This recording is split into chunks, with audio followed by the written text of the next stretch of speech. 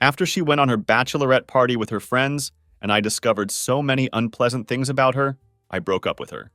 Hey Reddit, my name is David, and I'm 29 years old. For the past few years, I've been living what everyone assumed was the perfect life here in Miami. I work as a marketing consultant, and I'm doing well financially.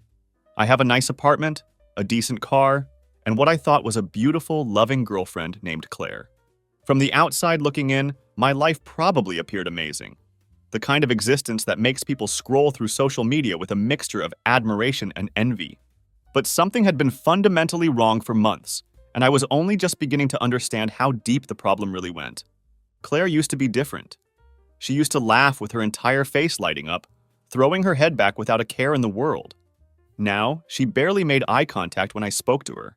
Our conversations had become stilted and mechanical, like we were both reading from some invisible script that neither of us particularly wanted to perform.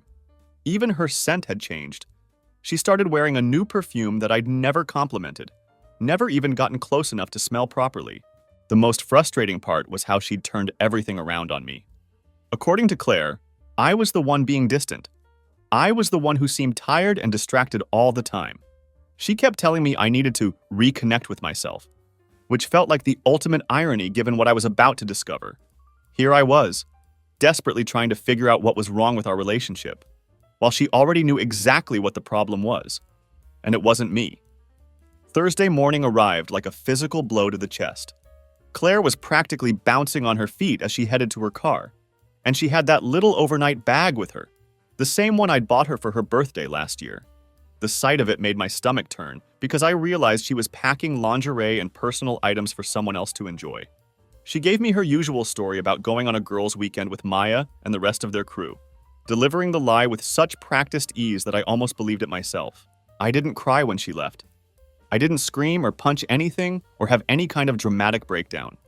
Instead, I just stood there in our kitchen, holding her favorite blue tea mug, the one with the small chip that she'd never let me throw away.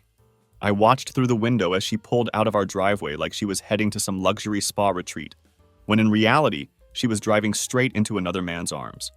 Her taillights disappeared into the morning haze, and for the first time in months, I allowed myself to truly listen to that ugly voice in the back of my head, the one that had been whispering the truth I wasn't ready to hear. You already know what's happening, don't you? What broke us wasn't a single catastrophic moment. It was the slow, agonizing erosion of something I had genuinely believed was unbreakable. As I watched Claire drive away that morning, she looked so light on her feet, almost bouncing with an excitement I hadn't seen directed toward me in months. Meanwhile, I stood there in the hallway feeling like a broken loading screen, frozen, unresponsive, unable to process what was happening right in front of me. The house felt completely different that morning. It wasn't the peaceful kind of silence I used to enjoy when I had the place to myself. This was something else entirely, a vacant, hollow emptiness that seemed to echo with all the lies that had been spoken within these walls. That's when I remembered the hall closet, specifically the top shelf where I kept things I rarely needed to access. I pulled down the black box I hadn't touched since Claire and I moved in together. Inside, buried under old receipts and random phone chargers, I found my backup phone from when I used to travel frequently for work. The charger was still coiled around it like a sleeping snake. I plugged it in and watched it power up, realizing that just like that I had a way to see again. A way to observe without being observed. This phone wasn't connected to our shared cloud storage. There was no suspicious syncing, no digital footprints that would alert Claire to what I was doing. It was completely separate from our intertwined digital lives, which gave me the privacy I needed to figure out what was really going on. That evening, I installed a location sharing app on the device. Since Claire had logged into our home Wi-Fi network before leaving, it took exactly 3 clicks to link her device to my tracking app. I'm not proud of what I did, and I'm still not proud of it now, but I was done being gaslit about late showers, fake headaches, and mysterious changes in her behavior. At 8:47 p.m., her location dot appeared on my screen. She wasn't at a hotel or some mountain cabin like she'd described. Instead, she was at a house in a quiet suburban neighborhood that I didn't recognize at all. I stared at that little dot on my phone screen for 15 straight minutes, watching it move slowly toward what appeared to be the center of the house before stopping completely. For the next 6 hours, she didn't move. Not even to grab food with the girls or take a walk or do any of the activities she'd described in her elaborate weekend plans. At 3:20 a.m., something inside me snapped. I grabbed my keys and drove across town, but I wasn't ready to go to that house yet. I wasn't prepared for whatever I might see there. Instead of driving to that house, I ended up at my brother Kevin's place. I let myself in with the spare key he'd given me years ago and sat on his couch in complete darkness, trying to process what I'd just witnessed. Kevin found me at 6:45 a.m., eating dry cereal straight from the box with bloodshot eyes, probably looking like I just dug up my own grave. "Jesus, man, you look like you just dug up a grave," he said, taking in my disheveled appearance. I didn't say anything at first. Instead, I handed him my phone and showed him Claire's location, still sitting motionless at that unfamiliar house. Then I showed him the real evidence. The screenshots I had airdropped from her laptop earlier that week. Yeah, I had gotten that bold in my desperation to understand what was happening to my relationship. The messages were with a man named Brandon, and they were devastating to read.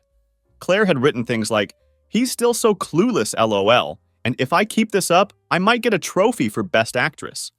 There were texts about wine and scented candles, with her telling Brandon, "You know what they do to me."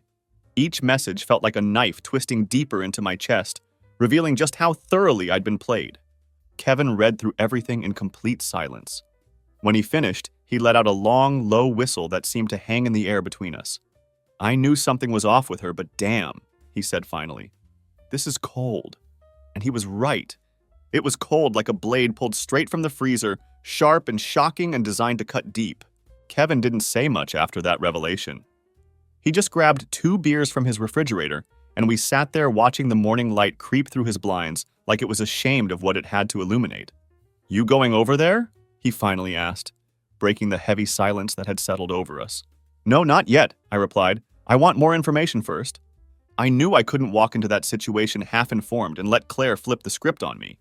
I'd seen her lie without so much as blinking, watched her twist words in situations like she was making balloon animals at a children's party. She had this ability to smile wide-eyed and appear completely innocent while rewriting reality in real time. If I confronted her with only partial evidence, I knew she'd find a way to spin it all back on me. She'd somehow make my betrayal discovery into my fault, and she was exceptionally good at taking your sanity and making you apologize for losing it. So I went home that afternoon with a plan. I called Maya, Claire's ride-or-die best friend, and casually asked if the girls had made it to the beach house safely. Maya hesitated for just a second before responding, which immediately told me everything I needed to know. "Oh yeah, we're just chilling," she said, but I could hear the uncertainty in her voice. "Long drive, but we're all here, right? All 4 of you?" I pushed, giving her just enough rope to hang herself. I let Maya talk, and she filled in more lies than I had even hoped for. She told me they were planning to get massages soon and that Claire was already 2 glasses deep into the wine. I thanked her and hung up, feeling my stomach twist into knots as I got another ping notification on my tracking app. Claire was still at that same house, hadn't moved an inch. That evening around 6:15 p.m., I made a decision that would alter the course of my entire life. I got dressed in black joggers and a plain t-shirt, threw on a baseball cap, and got in my car with my heart pounding for the entire 35-minute drive to that suburban neighborhood. My hands stayed steady on the steering wheel, even though my pulse was racing like I'd just run a marathon. I honestly didn't know what I was going to do when I arrived at that house. I just knew I had to see it with my own eyes. I needed the truth burned into my brain so I would never let myself forget what really happened. Never allow Claire to gaslight me about this moment later. The neighborhood turned out to be a quiet cul-de-sac filled with middle to upper class homes with wide driveways and manicured lawns. Claire's car was the only one parked out front of the house, sitting there like a beacon of betrayal. I parked 2 houses down and killed the engine. After waiting 7 minutes to make sure no one was watching, I started walking toward the house. I crept up the side of the building, my breath catching in my throat as I approached the living room window. Through a narrow gap in the blinds, I could see everything I needed to see, and it was worse than I had imagined. Claire's laugh filtered through the slightly open window. A genuine, full-bodied laugh that I hadn't heard in months. At least I hadn't heard it directed at me.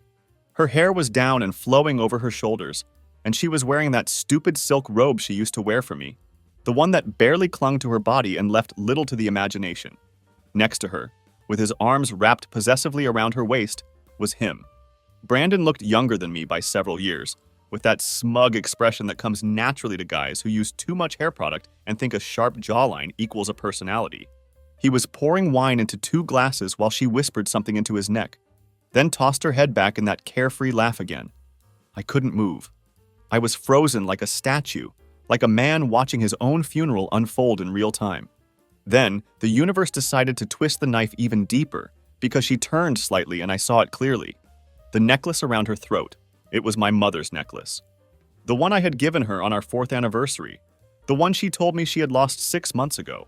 She had fucking lied about losing it. And now she was wearing it for him. For this stranger who meant nothing but somehow meant everything to her in that moment.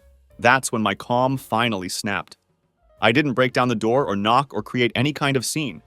I just turned around and walked away from that window, away from that house, away from the life I thought I knew. But I wasn't done. Not even close. In that moment, watching her wear my dead mother's jewelry while wrapped around another man, I decided exactly how this entire situation was going to end. Not with yelling, not with violence, but with precision and complete finality. I got back to my car, and for the first time throughout this entire ordeal, my hands were shaking. Not from fear, not even from heartbreak, but from something far deeper and uglier. An electric rage that was bubbling just below my skin. I gripped the steering wheel until my knuckles turned white and stared at my reflection in the rearview mirror, trying to recognize the person looking back at me. That necklace had been the turning point. This wasn't just about the betrayal anymore. It was about the deliberate, calculated nature of everything Claire had done. She had chosen to wear my mother's necklace that night, like she needed a trophy from the life she was systematically destroying. It was her middle finger to everything we had ever built together, a symbol of how thoroughly she had infiltrated and corrupted even my most sacred memories. I sat in that car for almost an hour before I could even start the engine. I didn't cry because I couldn't cry. It felt like something inside me had been cauterized, burned closed and sealed forever. By the time I finally made it home, the house felt like a crime scene. I walked through the front door and everything was wrong now. The couch we had picked out together, the photos on the walls, her throw blanket draped over her favorite chair. Every corner echoed with her voice. But all I could hear anymore were lies. I started the cleanse that very night. I took down every framed picture of us, every keepsake, every souvenir we had collected during our years together. The magnet from our Vegas trip, the snow globe from that mountain cabin weekend, the stupid photo strip from the carnival she had dragged me to last summer. All of it went directly into the trash. I wasn't being sentimental about any of it anymore. I filled 4 full bags with her clothes, boxing them up with the coldest efficiency I had ever managed to summon. Then I found our photo album, and for a second my fingers hovered over it like it might actually burn me. I remembered how she had looked tonight, wrapped around Brandon and laughing like I had never existed in her world. I opened the album slowly, page by page. There she was in that white dress from our anniversary dinner, smiling like she was living in some perfect fairy tale. There I was next to her, looking like the happiest fool who had ever lived. I almost felt pity for that version of myself. So naive, so blind, so completely devoted to what I now realized had been a total fantasy. I tore each page out one by one, not angrily but methodically, like I was performing surgery. I folded each photo in half, then again, then dropped them into the fireplace. I lit a match and watched the paper curl and blacken, watching our fake history turn to ash. I didn't sleep that night, not because I couldn't, but because I didn't want to. I didn't want to waste another second existing in the same mental space as her. The next morning was Friday, and she texted me right on schedule. "Hey babe, heading back soon," the message read. "Want me to grab anything from the grocery store?" I stared at that text for a long time, almost hearing her voice in my head. Fake sweet and casual, like the past 3 days had never happened. Like she wasn't still carrying the scent of another man on her skin. Like she hadn't lied to my face, to Maya's face, to God himself. And she was still asking about fucking groceries like we were some normal couple planning a quiet weekend together. I didn't type anything back to her grocery store text. Instead, I stood up and walked over to the hook by the front door, where Claire kept her key to our place. I took it off the hook, feeling its weight in my palm, then walked to the front door and locked it from the inside. I placed her key in a small envelope and wrote a sticky note that I attached to the front. "Give this to Brandon. He'll need it more than I ever did." I didn't send it to her yet, though. I had bigger plans brewing in my mind. Claire walked through the front door that Friday evening around 5:45 p.m., acting like absolutely nothing had happened at all. She moved like someone who hadn't spent the last 3 days wrapped around another man, like I hadn't watched her through a stranger's window blinds wearing my dead mother's necklace. She dropped her overnight bag at the door and kicked off her shoes with the same casual routine she'd performed hundreds of times before. Her smile was automatic and practiced to absolute perfection. "Hey, babe," she said, walking toward me in the kitchen with that same fake warmth I'd grown to recognize. "Miss me?" I just looked at her without saying a word. She stepped forward to give me what I assume was supposed to be a welcome home hug, but I shifted slightly, letting her arms barely graze my shoulder before pulling away. She froze mid-motion, her smile flickering like a broken fluorescent light. "Something wrong?" she asked, and I could hear the first note of uncertainty creeping into her voice. I didn't answer immediately. I let the silence do the heavy lifting, watching as the air between us turned dense and uncomfortable.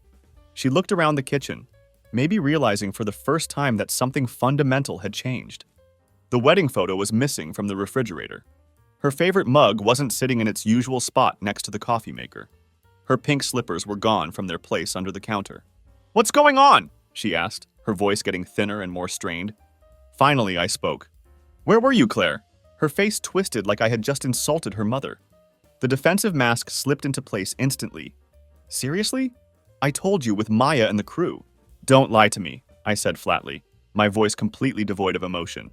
She blinked hard, and there it was. That flicker of panic that she tried to suppress as quickly as it appeared. But it was too late. I had seen it. "Excuse me," she snapped, trying to regain control of the narrative. I stepped over to the counter and picked up my laptop, turning the screen to face her. The message thread with Brandon was still open, his name displayed clearly at the top. Screenshots and timestamps were all there, laid out like evidence in a courtroom. Claire didn't gasp or cry or show any of the emotions you might expect from someone who'd been caught red-handed. Instead, she crossed her arms and stared at the screen like she was grading a student's homework assignment. "Wow," she said coldly. "You really went through my stuff." "That's what you're leading with?" I asked, genuinely amazed by her audacity. "Not the part where you've been cheating on me? Not the part where you've been sleeping with him while wearing the necklace you told me you lost?" Her lip curled into that familiar sneer I hadn't seen in years, but suddenly remembered all too well. It was the same expression she used on waiters when her order was wrong, on telemarketers who called during dinner, and now on me. "Don't be dramatic," she said dismissively. I laughed, a loud, sharp sound that surprised even me. "Dramatic? You called me clueless while you were planning your little spa weekend with Brandon. You called me pathetic in one of those texts." She rolled her eyes like I was being completely unreasonable. "You were never supposed to see that." "Oh, I'm well aware of that," I replied. For a moment, Claire looked down at the floor, and I thought I might finally see some genuine remorse or acknowledgement of what she had done. But when she looked back up, that cold, dismissive smirk was firmly in place. The same expression I hadn't seen in years, but suddenly remembered far too well. "You're not exactly a saint either," she snapped, her voice dripping with deflection. "You've been distant for months. I felt like I was living with a ghost. I needed something real." "Something real," I repeated, stepping forward slightly. "Then why lie? Why sneak around? Why keep using me while you played house with him?" Her mouth opened, but for once, no sound came out. For the first time in this entire conversation, she didn't have a prepared script ready to deploy. I didn't yell or throw anything or lose my composure. I just stared at her until the silence became so uncomfortable that she started to fidget. "I want you out," I said finally, my voice calm and steady. "Tonight." Her jaw dropped like I had just physically slapped her across the face.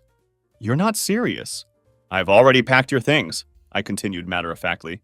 "They're in the garage." She scoffed, trying desperately to regain some semblance of control over the situation. "So what? You're just ending 8 years like that?" "No," I said calmly, meeting her eyes directly. "You ended it. I'm just finally closing the door." Claire didn't cry, and she certainly didn't apologize. Instead, she walked past me with deliberate slowness, her movements calculated to show maximum spite. She grabbed her overnight bag from the entryway and slammed the door to the garage, hard enough to rattle the entire frame of the house. I stood alone in the kitchen as the garage door buzzed open, listening to her load her belongings into her car with aggressive efficiency. I thought that would be the worst of it, that this confrontation would mark the end of our toxic chapter together. But I was wrong about that assumption. That night, after she had driven away with her tail between her legs, she sent me one final message that would sit on my phone like a persistent bruise. "You'll regret this," it read. I always land on my feet. That message kept me awake for hours. Not because I feared her landing on her feet. I knew she would. Because that was Claire's entire existence. She never stumbled unless it was strategically into someone else's arms. What kept me tossing and turning was the audacity of it all, how she had weaponized her certainty like her betrayal was just another power play. Like she was treating our entire relationship as a chess game, where I had made the mistake of flipping the board over and somehow she was still convinced she was in control. That's when I decided to take that control back permanently. The next morning, I contacted an attorney. I had never needed legal representation before, but now I wanted someone sharp, fast, and absolutely relentless.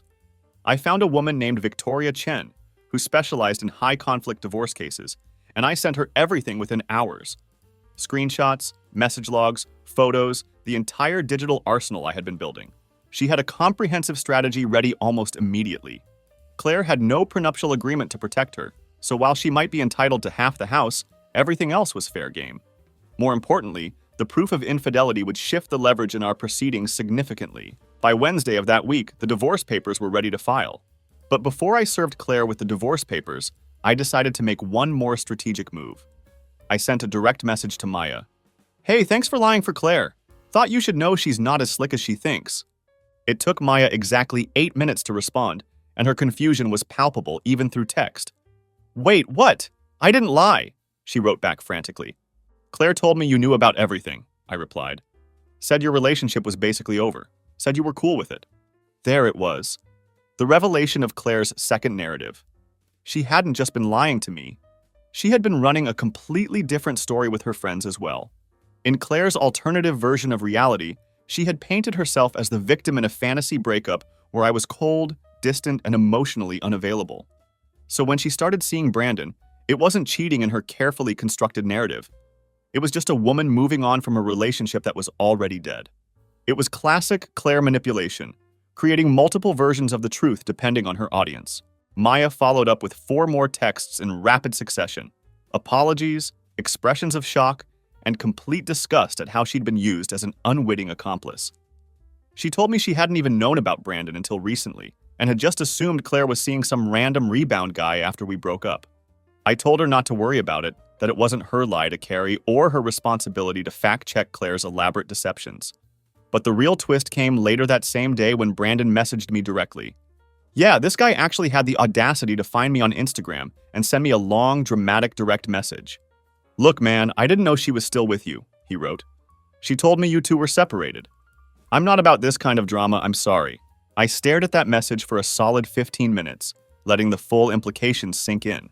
That's when it hit me like a freight train. Claire had been systematically lying to both of us.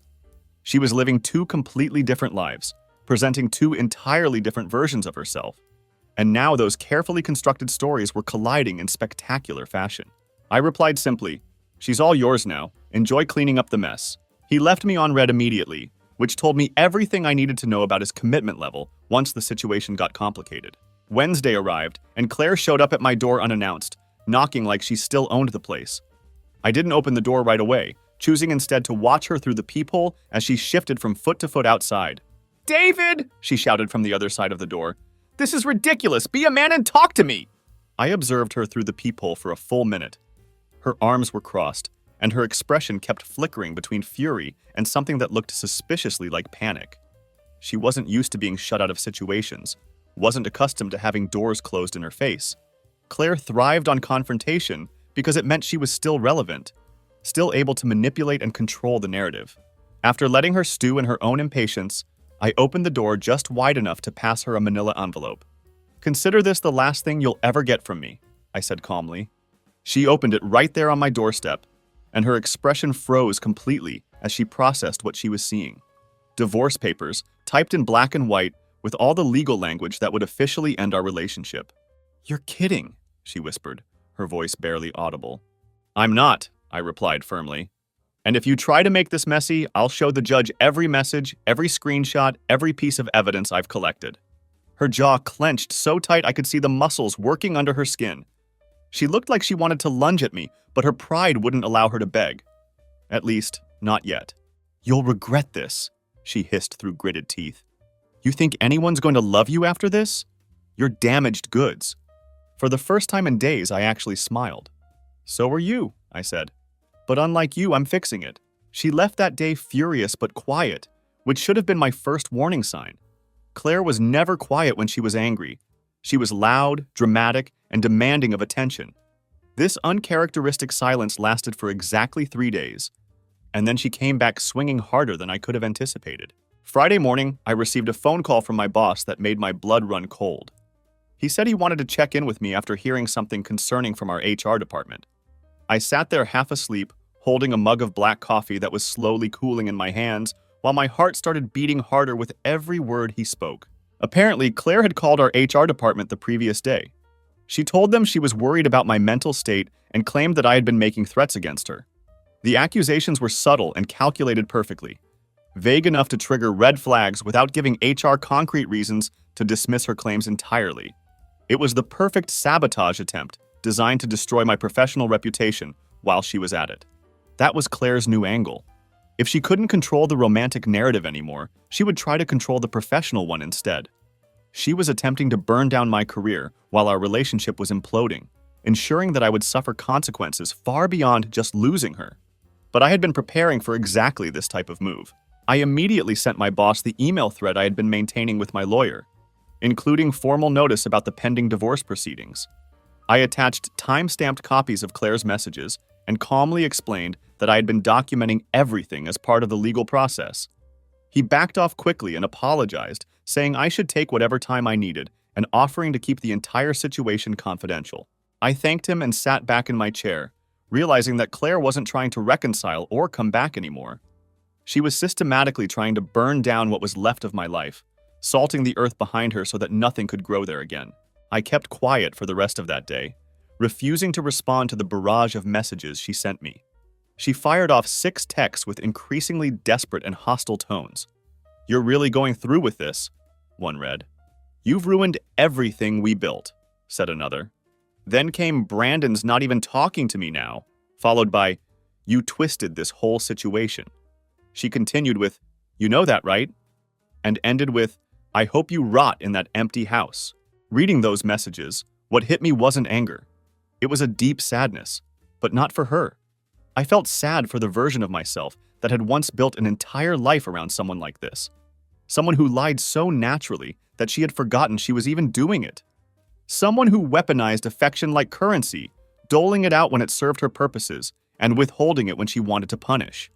Someone who would wear my dead mother's necklace while straddling a man she barely knew, just to add insult to the injury she was inflicting. By the way, I had taken that necklace back before she left that first time. I had quietly retrieved it from the garage while she was packing her things. It was sitting in a drawer now, safe from her manipulation. I wasn't keeping it out of sentiment or nostalgia. I was keeping it as evidence of what I had survived. It was proof of how deep her betrayal had actually gone, and how calculated every aspect of her deception had been. Maya called that evening, and her voice sounded tense and worried. "I don't want to get in the middle of this," she said carefully. "But Claire's spiraling hard. She told Sophia that you cheated on her, that you hit her, and that she's the one filing for divorce." I didn't even blink at this news. It was exactly what I had expected from Claire once she realized she was losing control of the narrative. "She's in damage control mode," I told Maya matter-of-factly. "She knows what's coming." "What is coming?" Maya asked, her voice dropping to a more serious tone. "Because if you're sitting on something big, now's the time to use it." And I was sitting on something big. What Claire didn't realize in her panic was that Brandon had also started talking, quietly and carefully, to a few mutual connections we had discovered we shared. What I found out through these conversations was absolutely devastating and revealed the true scope of her manipulation. She wasn't just seeing Brandon romantically. She had been using him financially and emotionally in ways that made my stomach turn. Claire had told Brandon an elaborate story about how she had been abused by me, complete with detailed accounts of incidents that had never happened. She claimed I had threatened her with a kitchen knife once, that I had systematically isolated her from friends and family, and that I was controlling every aspect of her life. She had constructed an entire victim narrative, complete with bruises that she blamed on yoga accidents and clumsy falls downstairs. Brandon had bought into this completely, believing he was rescuing her from an abusive relationship. She had even shown him photos of these supposed injuries, all carefully staged and documented to support her fictional story. Brandon had started to realize just how deep the manipulation actually ran, how expertly Claire had been playing both sides of the situation. He began to understand that every tear, every fearful glance, every accidental injury had been carefully orchestrated to make him feel like her savior. He sent me one final message that night that revealed the full extent of what she had been doing. "I'm out. You were right about everything," his message read. "She lied to both of us about everything. I feel sick about this whole thing. Good luck, man, I mean it." I saved that message immediately, adding it to the growing collection of digital evidence. Every breadcrumb she had left behind was now cataloged, time-stamped, and filed away in organized folders. I wasn't planning revenge exactly. I was building immunity against her lies, creating an unshakable foundation of truth that she couldn't manipulate or rewrite. Saturday morning arrived, and for the first time in weeks, Claire finally went completely quiet. No texts, no calls, no surprise visits, no twisted messages pretending to be remorseful. For the first time since this nightmare began, the silence felt different. It wasn't tense or loaded with unspoken threats. It was clean and honest. I could actually breathe again. I opened the bedroom windows for the first time since she had left, letting fresh air flow through the space. The air felt sharp and honest, completely free of the suffocating tension that had been building for months. I stripped the bed completely and put on new sheets, creating a new energy in the room. Her old perfume had still been clinging to the pillows, so I dumped them in the trash outside. I wasn't going to give my memories another thread to hold on to or another way to ambush me when I least expected it. Around noon, Victoria, my lawyer, called with an update that I had been expecting, but dreading. "I got her response," she said, her voice professional but tinged with something that sounded like amusement. "She's contesting the divorce." I didn't flinch at this news. Of course she was contesting it. Claire never accepted defeat gracefully. "Of course she is," I replied. "She's claiming there was no infidelity," Victoria continued. "Says Brandon was just a friend. She's also alleging that you're retaliating emotionally and that your evidence is either fabricated or taken out of context." I actually laughed out loud. "That's her defense?" Victoria's tone became more serious. "She's also requesting temporary spousal support. She says she gave up her career for you and that she deserves financial help transitioning to independence." There it was, the next play in Claire's carefully orchestrated game. She wasn't just trying to hurt me emotionally anymore.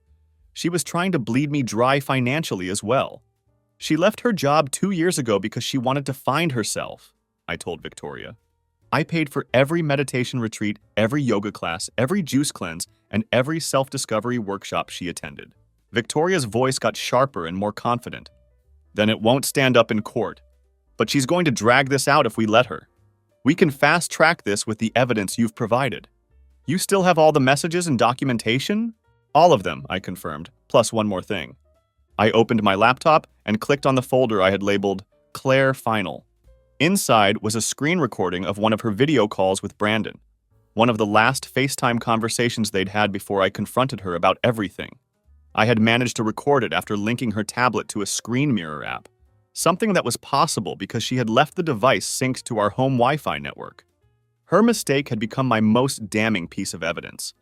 In the video recording, Claire's voice came through crystal clear as she spoke to Brandon with casual cruelty. "He has no idea what's happening," she said, laughing as if my ignorance was the funniest thing in the world. "He thinks I'm still at the beach house with the girls. I told him we're working on things, trying to reconnect." Then came the part that hit me like a physical blow. "I just need a few more months to plan this properly. Then I'll be gone for good. He's too weak to do anything anyway." Too weak. I had replayed that particular clip until those words didn't sting anymore, until they transformed from a source of pain into confirmation of what I had known all along. Claire had never thought I would stand up to her. She had been completely convinced that I would swallow this betrayal, just like I had swallowed everything else over the years. The gaslighting, the emotional distance, the faked headaches and endless excuses of, "I'm just tired tonight." Victoria's voice came through the phone again, sharp with excitement. "That recording is pure gold. With that evidence, combined with the messages and Brandon's direct message to you, we can press for misconduct charges. We might be able to deny her alimony entirely." "Do it," I said without a moment's hesitation. "Burn the whole bridge down." And I meant every single word of that instruction. Later that same day, Maya texted me again with another warning. "Just a heads up," she wrote. "Claire's trying to get ahead of the situation. She posted some long story on social media calling you emotionally abusive. She's claiming you manipulated her into silence and wouldn't let her leave the relationship. I didn't even bother looking up her social media posts. She's spiraling, I told Maya simply. She's terrified of what's coming. Maya's reply was immediate and satisfying. Good, because this whole situation wasn't about revenge anymore, and it wasn't even about heartbreak. It was about truth, pure and simple. Claire had spent so many months rewriting our history, crafting elaborate alternative narratives, and manipulating everyone around her that she had forgotten something crucial. I had kept receipts for everything. Every lie, every manipulation, every moment of gaslighting had been documented and preserved. Saturday morning brought an eerie calm that I hadn't experienced in months. No texts, no surprise visits, no ambushes from her ongoing truth crusade. Just the quiet hum of a house that was finally purging itself of her toxic presence. I stood in the kitchen watching my coffee drip into the pot, and I realized something simple but profound. For the first time in years, I didn't feel like I had to brace myself for anything. There was no more walking on eggshells, no more decoding her moods, or wondering which version of Claire would walk through the door each evening. Claire had been like a storm. Loud, sudden, and destructive, always expecting someone else to clean up the debris after she passed through an area. But now she was out there somewhere, desperately trying to whip up sympathy from people who were slowly catching on to the fact that she hadn't been the victim in this story. She had been the arsonist. Around noon, I received a message request from an unknown number. When I opened it, I discovered it was from Sophia, one of Claire's other close friends. "Hey, I don't know what to believe anymore," she wrote. "But Claire's losing it completely. She's telling people you're stalking her and that you threatened to leak her private photos. Did you actually do that?" I stared at the message, feeling my jaw clench with renewed anger. That accusation was low even by Claire's standards. I replied with a single word. No. Then, after a pause, I added, "I've kept everything to myself.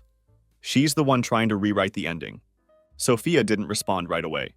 2 hours later, she sent another message that revealed just how desperate Claire had become.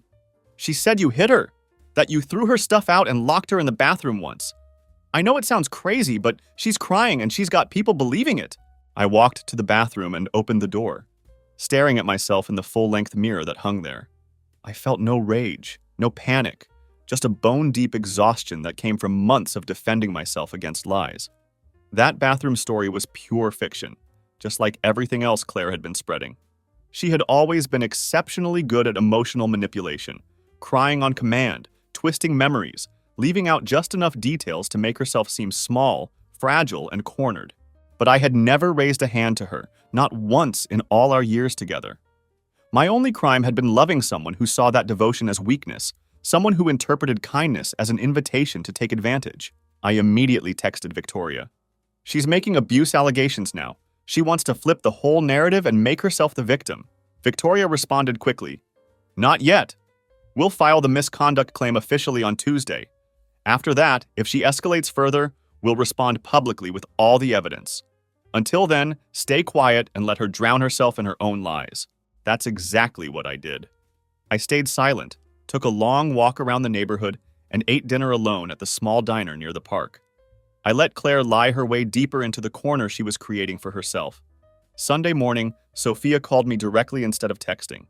I didn't answer the phone, but she left a voicemail that changed everything. "I talked to Brandon," her voicemail said, and I could hear the shock and disgust in her voice.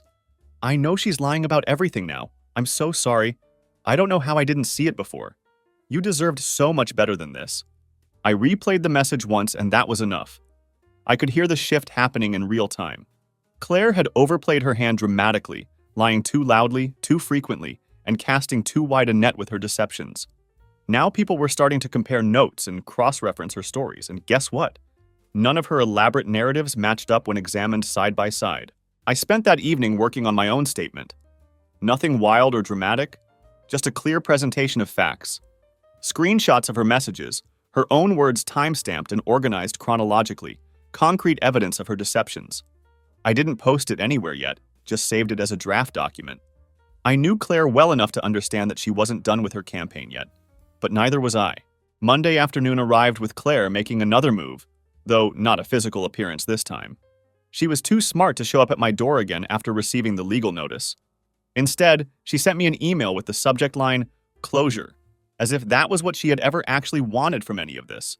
The email began like a monologue from a daytime soap opera, dramatic, self-pitying, and glazed with fake wisdom that made my skin crawl. "I know I've made mistakes," she wrote, "but we both know this didn't happen in a vacuum. You were distant, cold, and emotionally unavailable for months. I tried to reach you, tried to reconnect with you, but you shut me out completely. When I couldn't get through to you anymore, I found someone who made me feel like I mattered again." I read the email twice, then once more even slower, trying to find even a flicker of genuine sincerity or accountability. There was absolutely none. It was a confession with a mirror held up to reflect the blame back onto me. It was her final attempt to turn her calculated betrayal into some kind of empowered survival narrative, rebranding her infidelity as an act of self-preservation. She didn't actually admit to anything concrete in the email. Instead, she reframed everything that had happened, claiming that Brandon had been an accident, that she had been confused and emotionally lost. Then came the kicker, buried in the final paragraph. "If we can avoid dragging this out in court, I think that would be best for both of us. There's no need to involve everyone in our private business. Let's just move on peacefully like adults." The translation was crystal clear. "Don't expose me publicly. Don't embarrass me in front of our mutual friends. Let me keep my carefully curated image intact. Don't show everyone who I really am underneath this performance." I didn't reply to the email.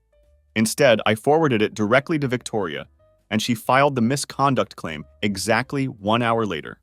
Claire's email became part of the official evidence packet, and the contradictions between her timeline and Brandon's messages were now part of the court record.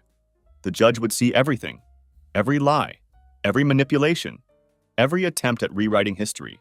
Monday evening, Claire's carefully constructed mask started cracking in real time. I received a message from a number I didn't recognize, but the content immediately revealed how desperate she had become. "Just so you know, Claire's been calling everyone," the message read.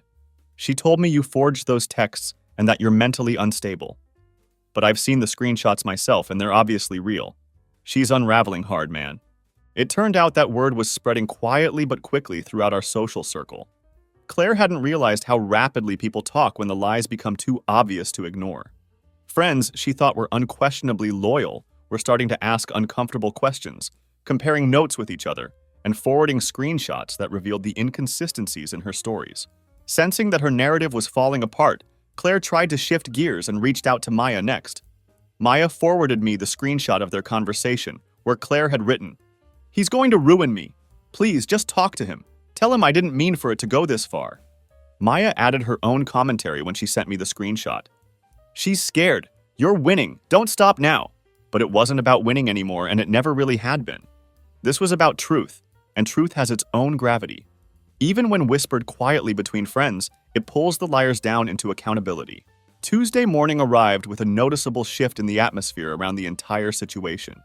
It was subtle but unmistakable, like the change in air pressure before a storm breaks. I was standing by my kitchen window, watching the automated sprinklers water the lawn when my phone buzzed with another call from Victoria. Her voice came through crisp and steady with an undertone of satisfaction. "She's requesting mediation," Victoria announced without preamble. I closed my eyes for a second, not surprised but still feeling the weight of what this meant. Of course, Claire was requesting mediation now. "She doesn't want this to go to court," Victoria continued. "She says she's willing to waive spousal support and agree to the property split. She just wants everything to be quiet and handled privately." There it was, panic disguised as a reasonable compromise. Claire had finally realized what was coming when all the evidence hit the public record. She was desperately trying to control the fallout, not to fix anything or make amends, but to limit how badly her reputation would burn when the truth finally emerged into the light. I didn't answer Victoria right away. Instead, I sat down at my kitchen table and looked around the house as if I was seeing it for the first time in years. Without Claire's clutter scattered everywhere, without her perfume haunting every corner, without her constant emotional weight pressing down on the back of my neck, the space felt completely transformed. "I want her to admit it," I said quietly into the phone. "On paper." Victoria paused for a moment. "You mean a signed acknowledgement of her actions?" "Yes," I replied firmly. "That she lied, that she cheated, that she attempted to smear me with false accusations. I want it all documented officially." I can write that into the agreement, but she's not going to like it, Victoria warned. I don't care what she likes, I said without hesitation. I ended the call there, knowing that Victoria would draw up the amended settlement with surgical precision. This wasn't about revenge. It was about creating an official record that Claire couldn't manipulate or rewrite years down the line. I wanted the truth carved permanently into legal documents, making it undeniable and unalterable. That evening, Claire tried yet another tactical approach.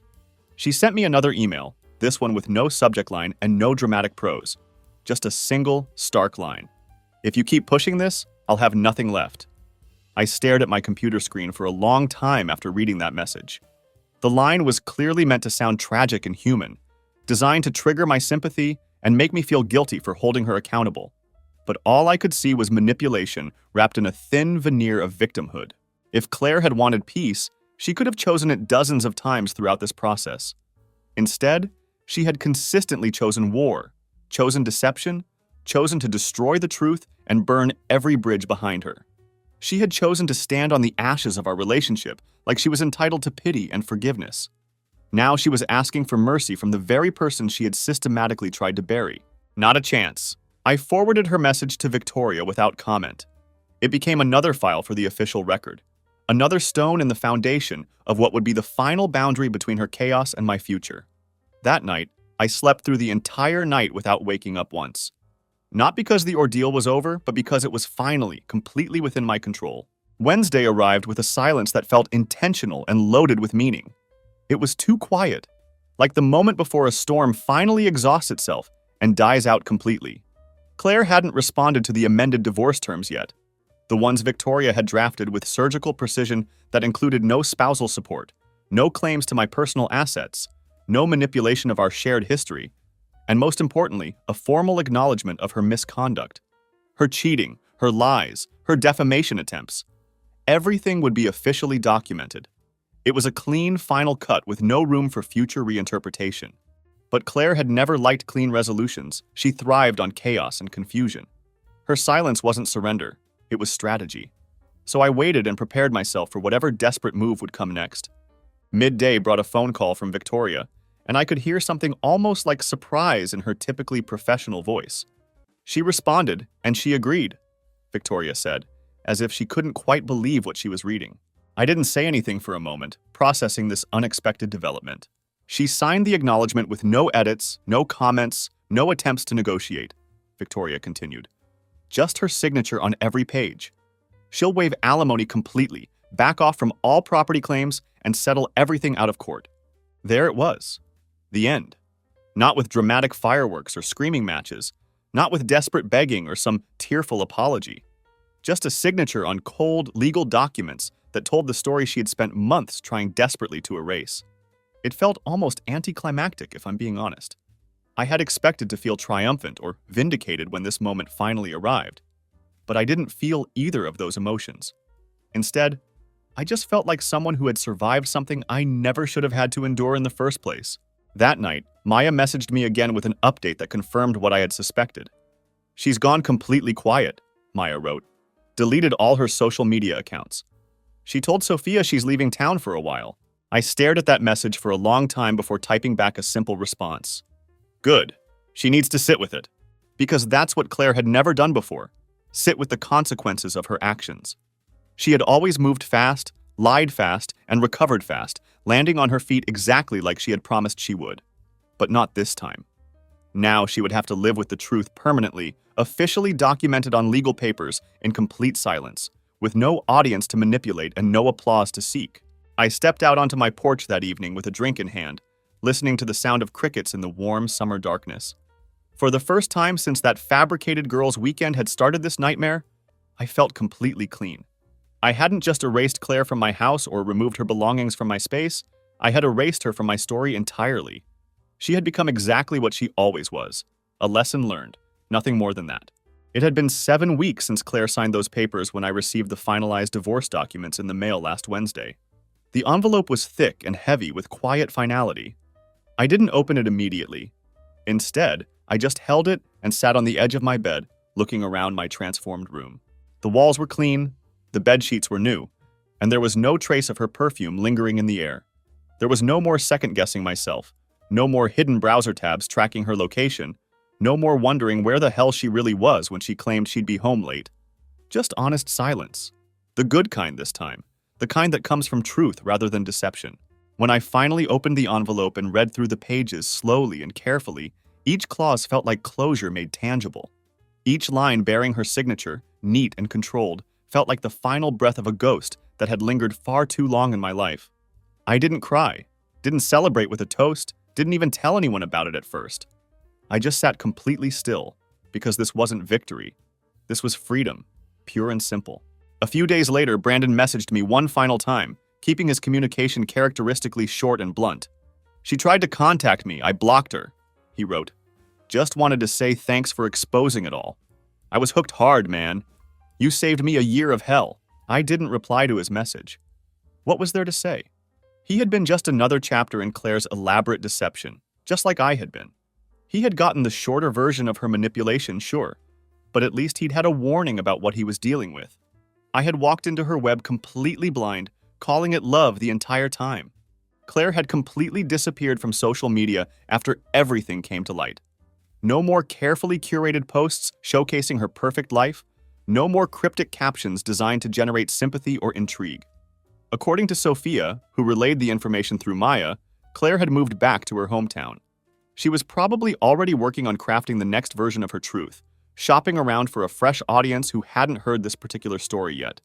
But for the first time since this nightmare began, I genuinely didn't care where she went or what narrative she chose to construct about our relationship.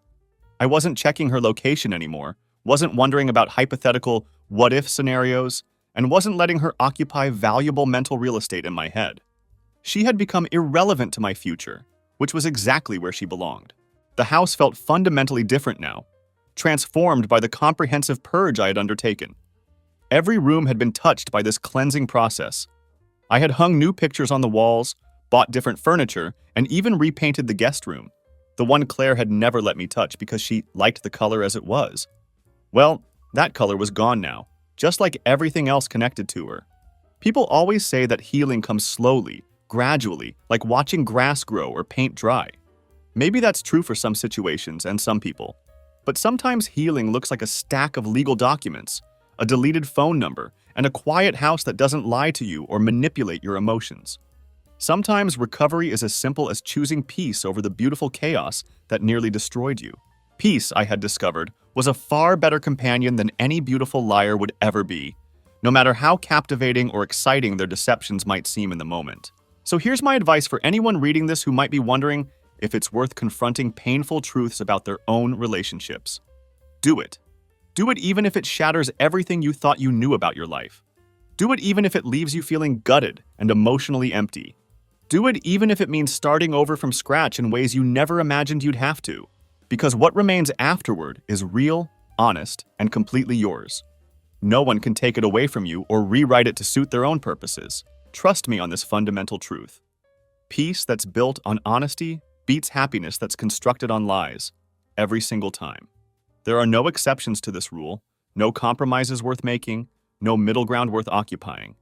The truth might hurt like hell when you first encounter it, but lies will systematically destroy your soul over time. When the dust finally settles, when the lawyers finish processing their paperwork, when your mutual friends finish picking sides, when the social media posts stop generating drama, you'll be left with something absolutely invaluable. You'll have the knowledge that you didn't accept the lie when it was offered to you. You'll know that you chose your own dignity over comfortable fiction, that you valued truth over the illusion of security. Claire had taught me something critically important, though not about love. She taught me about myself, about what I would and wouldn't accept, about the difference between being alone and being lonely, about the real price of truth and why it's always worth paying, no matter how expensive it seems at the time.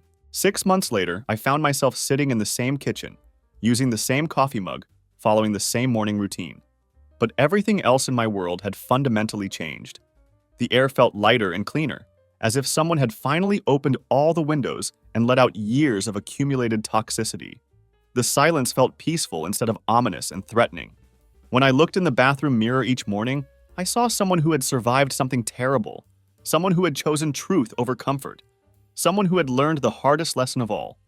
Sometimes the person you love most is actually the person who is destroying you slowly, methodically, almost imperceptibly. Would I go through it all again? Would I willingly face all that pain, all that chaos, all that emotional devastation? Would I endure months of legal battles and sleepless nights? Watch everything I had built crumble to dust around me? Yes, absolutely, without a moment's hesitation, because the alternative would have been living a lie forever. And that's not actually living at all. That's just existing as a character in someone else's carefully constructed fantasy, never knowing who you really are or what you're actually capable of surviving. The red coffee mug that Claire used to drink from every morning is gone now. I threw it out along with everything else that carried her presence, her energy, her lies. Now I drink my coffee from a simple white cup. No chips in the ceramic, no complicated history attached to it, no deceptions lurking in its familiarity.